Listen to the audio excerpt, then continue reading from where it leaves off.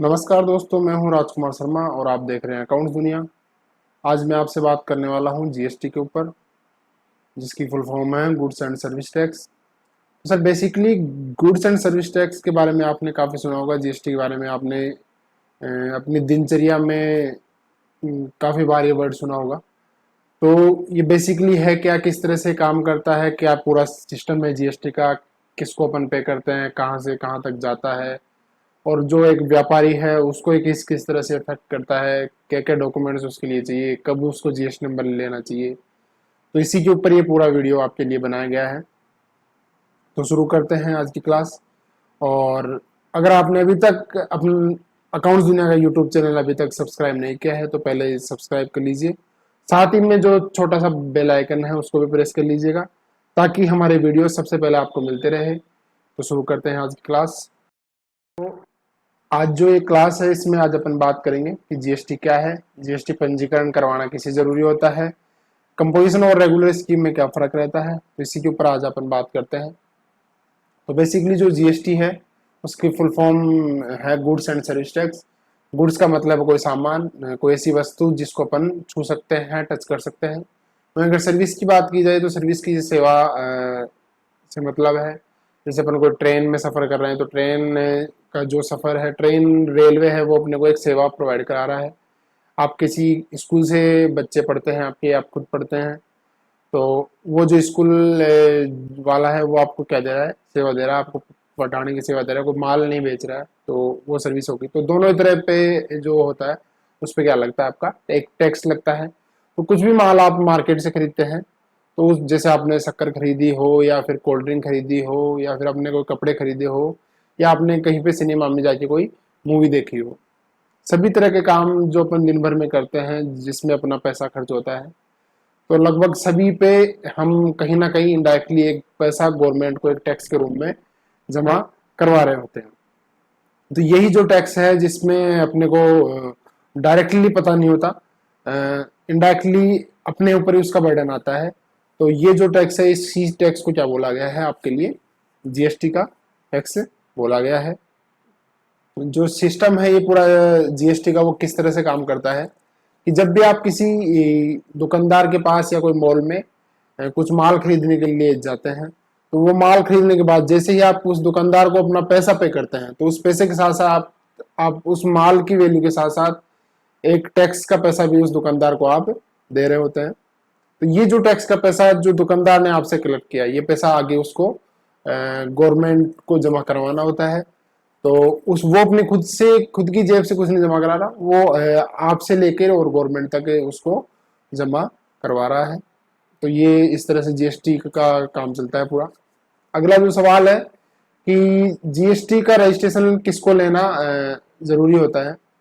तो सर जो पहले से जो रजिस्टर्ड थे, जीएसटी से पहले जो टैक्स था, एक्साइज, वेट और सर्विस टैक्स, उस टैक्स उस कानून के अंदर में जिन भी व्यापारियों ने अपना रजिस्ट्रेशन ले रखा था, एक तो उनको कंपलसरी जीएसटी में लेना अनिवार्य है। और दूसरे जो लोग हैं वो है कि आपका टर्नओवर 40 लाख से ज्यादा है तो आपको जीएसटी नंबर लेना जरूरी है। और अगर ये कुछ स्टेट है, नॉर्थ ईस्टर्न या जम्मू कश्मीर या हिमाचल प्रदेश या उत्तराखंड, तो फिर आपके लिए ये जो लिमिट 40 लाख वाली है ये आपके लिए 10 लाख की लिमिट मानी जाएगी। 40 लाख टर्नओवर का मतलब साल भर की सेल। अगर आपके पिछले साल में 40 लाख से ऊपर सेल है तो आप इस साल में शुरुआत में ही आपको जीएसटी नंबर लेना पड़ेगा। और आपकी पिछले साल में कोई व्यापार नहीं था, अभी ही आपने व्यापार स्टार्ट किया है, तो जिस दिन आपका टर्नओवर 40 लाख से ऊपर जा रहा है, सेल आपकी 40 लाख से ऊपर जा रही है, उस दिन आपको जीएसटी नंबर लेना जरूरी हो जाएगा। तीसरा उन लोगों के लिए जरूरी है जो अपना काम ई कॉमर्स के द्वारा चलाते हैं, या तो खुद की अपनी वेबसाइट बना के बेच रहे हैं या किसी एग्रीगेटर, एग्रीगेटर मतलब कोई फ्लिपकार्ट, स्नैपडील या आपका अमेजोन या पेटीएम, कहीं पर भी लिस्टिंग करवा के वहां पे अपना माल बेच रहे हैं, तो उनको भी जीएसटी नंबर लेना कंपलसरी है। उनके ऊपर ये 40 लाख की लिमिट नहीं लगेगी।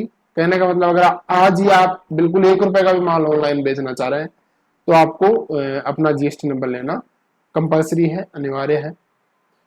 इसके अलावा अगर कोई भी पर्सन है वो अपनी इच्छा से, स्वेच्छा से कोई जीएसटी नंबर लेना चाहता है ताकि उसका बिजनेस में दिक्कत आ रही है, वो भी अपना बिजनेस सही ढंग से नहीं चला पा रहा बिना जीएसटी नंबर के। काफी सारे जो ग्राहक है उसके वो जीएसटी नंबर का उससे बिल मांगते हैं, तो भी आप वॉलंटरली अपना जीएसटी नंबर ले सकते हैं।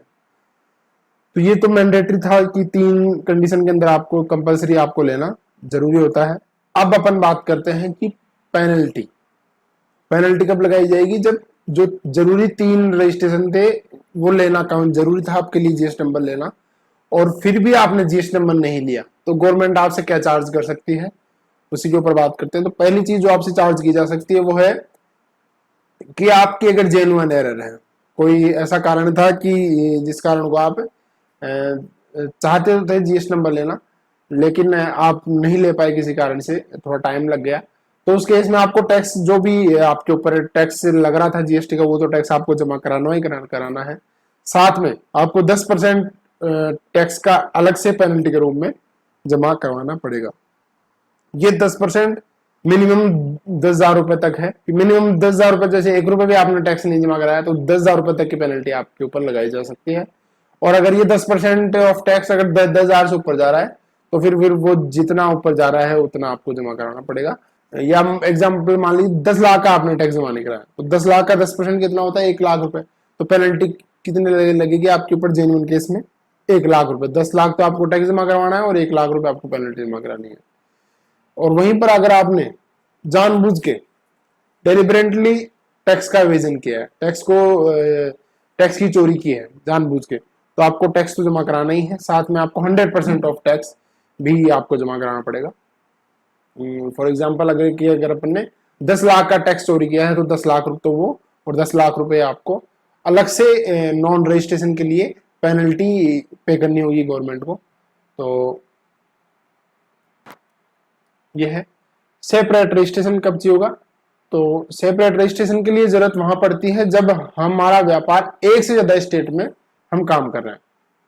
ठीक है, फॉर एग्जाम्पल कि अगर मैं राजस्थान में मैंने कोई अपना काम है, वो राजस्थान में भी है और यूपी में भी है, तो मेरे को राजस्थान में अलग से जीएसटी नंबर लेना होगा और यूपी में जाके एक अलग से जीएसटी नंबर के लिए मेरे को अप्लाई करना होगा। हर स्टेट का अलग से जीएसटी नंबर लेना मेरे लिए जरूरी है। टाइप ऑफ जीएसटी रजिस्ट्रेशन कितने टाइप के होते हैं, तो ये होते हैं सर बेसिकली 2 टाइप के, एक रेगुलर और एक कंपोजिशन। ठीक है, तो जीएसटी में 2 प्रकार से आप, जब आपको लगे कि मेरे को जीएसटी नंबर लेना है तो आपके सामने 2 ऑप्शन है कि आप चाहे तो रेगुलर में ले सकते हैं और आप चाहे तो कंपोजिशन में ले सकते हैं।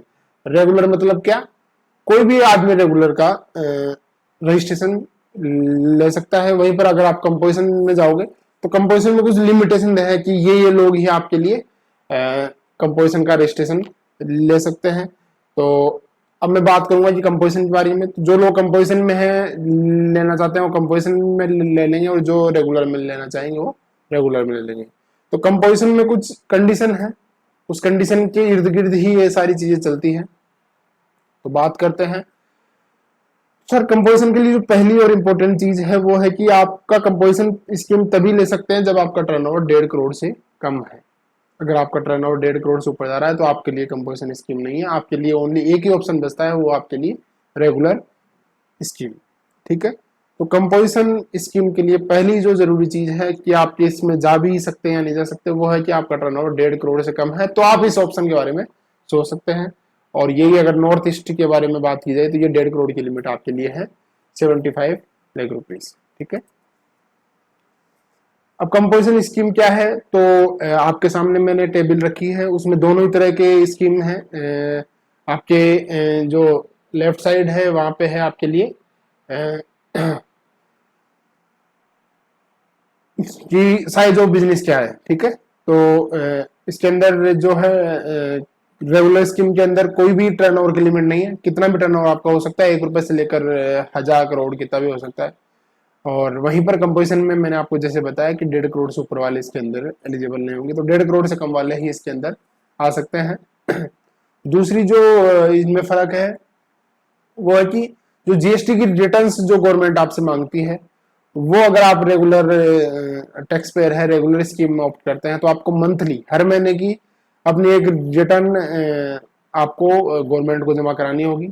और वहीं पर आप अगर कंपोजिशन स्कीम के अंदर रजिस्टर्ड होना चाहते हैं तो आपके लिए यही जो रिटर्न वाली चीजें ये आपको क्वार्टरली 3-3 महीने से आपको एक साथ फाइल करनी है। मतलब यहाँ तो साल भर में आपको 4 रिटर्न फाइल करनी है अगर आप कंपोजिशन में है, और वहीं आप अगर रेगुलर में है तो आपको हर महीने की एक रिटर्न, मतलब महीने की साल भर की 12 रिटर्न जो है वो आपको जमा करवानी रहेगी।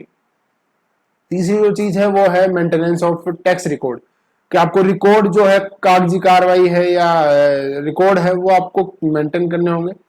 तो जहां पर आप रेगुलर स्कीम की बात कर रहे हैं तो रेगुलर स्कीम में आपको डिटेल में आपको रिकॉर्ड मेंटेन करने होते हैं। वहीं पर आपको कंपोजिशन में अगर बात करें तो कंपोजिशन में एज कंपेयर टू रेगुलर आपको काफी कम लेवल के रिकॉर्ड्स मेंटेन करने होते हैं, इतनी ज्यादा डिटेल में आपको मेंटेन नहीं करना होता।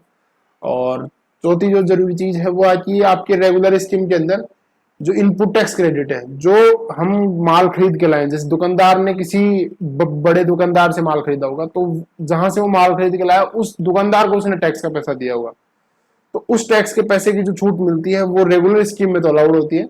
लेकिन कंपोजिशन स्कीम की अगर बात की जाए तो वहां पर इस किसी प्रकार का इनपुट टैक्स क्रेडिट का मतलब परचेज पे दिया हुआ टैक्स है उसकी छूट, तो वो कंपोजिशन स्कीम के लिए नहीं मिलती है। ये इसका ड्रॉबैक है कंपोजिशन स्कीम का। पांचवी जो जरूरी चीज है वो है कि अगर आप रेगुलर स्कीम में रजिस्टर्ड होते हैं तो आपके लिए आप अपने बिल के अंदर टैक्स का पैसा मेंशन कर सकते हैं और अपने कस्टमर से वो पैसा आप वसूल कर सकते हैं। वहीं अगर आप बात करें कंपोजिशन स्कीम की तो आप अपने बिल में किसी प्रकार का टैक्स कस्टमर से नहीं वसूल सकते। आपको जो भी आप जिस रेट पे बेच रहे हैं उसी में से कुछ पैसा आपको गवर्नमेंट को जमा करवाना रहेगा। और आखिरी चीज है कि आप इंटर स्टेट सप्लाई जो है वो रेगुलर स्कीम में तो कर सकते हैं लेकिन आप कंपोजिशन स्कीम में नहीं कर सकते। इंटर स्टेट सप्लाई का मतलब एक स्टेट से दूसरे स्टेट में, जैसे अगर मैं कंपोजिशन स्कीम लेना चाहूं तो मैं राजस्थान से हरियाणा में माल नहीं बेच सकता। अगर मेरे को इंटर स्टेट सप्लाई करनी है, एक स्टेट से दूसरे स्टेट में माल बेचना है, तो मेरे पास कौन सा ऑप्शन, ओनली रेगुलर स्कीम वाला ऑप्शन मेरे पास बचता है। तो ये जो पैसा है टैक्स ऑन कलेक्शन का, ये आपको अपनी जेब से पे करना होता है। तो जो जीएसटी रेट है कंपोजिशन में वो है कुछ आप इस प्रकार से कि आप मैन्युफैक्चरर हैं, किसी चीज का निर्माण कर रहे हैं आप गुड्स का, तो आपके ऊपर सीजीएसटी और एसजीएसटी दो प्रकार के टैक्स लगते हैं जीएसटी के अंदर। सीजीएसटी मतलब सेंट्रल गुड्स एंड टैक्स, मतलब मोदी जी के पास ही पैसा जाएगा, सेंट्रल गवर्नमेंट के पास। और एसजीएसटी मतलब state goods and service tax, तो ये पैसा आपकी स्टेट के पास जाएगा, जो भी आपके लोकल सीएम होंगे, लोकल सरकार होगी स्टेट की, उसके पास ही पैसा जाएगा। तो अगर आप मैन्युफैक्चरर है या ट्रेडर है, अदर्स में आते हैं, तो आपके ऊपर 1% आपको टर्नओवर का सीधा अपना टैक्स जमा करवाना है। और वहीं पर आप रेस्टोरेंट चलाते हैं तो आपको सीधा 5% जमा कराना है। जो भी टैक्स रेट है हाफ हाफ दोनों के अंदर बट जाएगा। दोस्तों जो अगली जो चीज है अपनी वो है अपने लिए कि इसके अंदर जो अपन बात करने वाले हैं वो है कि कौन इस स्कीम को ऑप्ट नहीं कर सकता, कौन इस स्कीम के अंदर आ नहीं सकता। तो बेसिकली जो सर्विस प्रोवाइडर है रेस्टोरेंट सर्विस के अलावा वो कोई भी सर्विस वाला इसके अंदर नहीं आ सकता। ओनली गुड्स की मैन्युफैक्चरिंग और ट्रेडिंग करने वाले ही कंपोजिशन स्कीम के अंदर आ सकते हैं। गुड्स भी एग्जेम्प्टेड गुड्स की सप्लाई नहीं होनी चाहिए आपकी। अगर आप एग्जेम्प्टेड ऐसा गुड्स है जो जिस पे जीएसटी नहीं लगता तो आप कंपोजिशन में नहीं आ सकते। और उसके अलावा जो ई कॉमर्स ऑपरेटर हैं जो ऑनलाइन अपना बिजनेस चलाते हैं वो भी कंपोजिशन नहीं ले सकते। जो एक ही स्टेट से दूसरी स्टेट में माल बेचने जाते हैं उनके लिए भी कंपोजिशन स्कीम नहीं है। तो ये इन लोगों के लिए स्कीम नहीं है कंपोजिशन वाली। इन सब के लिए आपको रेगुलर ही आपको ऑप्ट करना रहेगा। दोस्तों ये था हमारा वीडियो जीएसटी के ऊपर। तो बेसिकली इसमें जो हमने देखा वो ये देखा कि किस तरह से हम जीएसटी क्या होता है, किस पे लगता है। तो इससे संबंधित आपके जो भी सवाल हो वो आप हमें कमेंट में पूछ सकते हैं। आपके कुछ सुझाव हो वो भी आप हमें कमेंट में दे सकते हैं। आप किस तरह के वीडियो और हमारे से चाहते हैं वो वीडियो भी हम आपके लिए बनाने की कोशिश करेंगे। Thank you so much. आपके पेशेंटली आपने वीडियो को यहाँ तक सुना, और आपने अभी तक भी वीडियो हमारा जो अकाउंट्स दुनिया का चैनल है उसको सब्सक्राइब नहीं किया है तो आप चैनल सब्सक्राइब कर लीजिए। क्योंकि हम आपके लिए लेके आते रहेंगे इसी तरह से और भी मज़ेदार वीडियोस, सीखने वाले वीडियोस, जहाँ पर आपको कुछ सीखने को मिलेगा। और आपके अगर ऐसे कोई दोस्त है या कोई जानने वाला है जिसको एम्प्लॉयमेंट की ज़रूरत है, तो आप उन्हें भी ये वीडियो या ये चैनल का लिंक शेयर कर सकते हैं, ताकि वो लोग हमारे इन प्रयासों से कुछ सीख सकें और उनको जॉब मिलने में आसानी हो। धन्यवाद। Thank you so much. जय हिंद, जय भारत।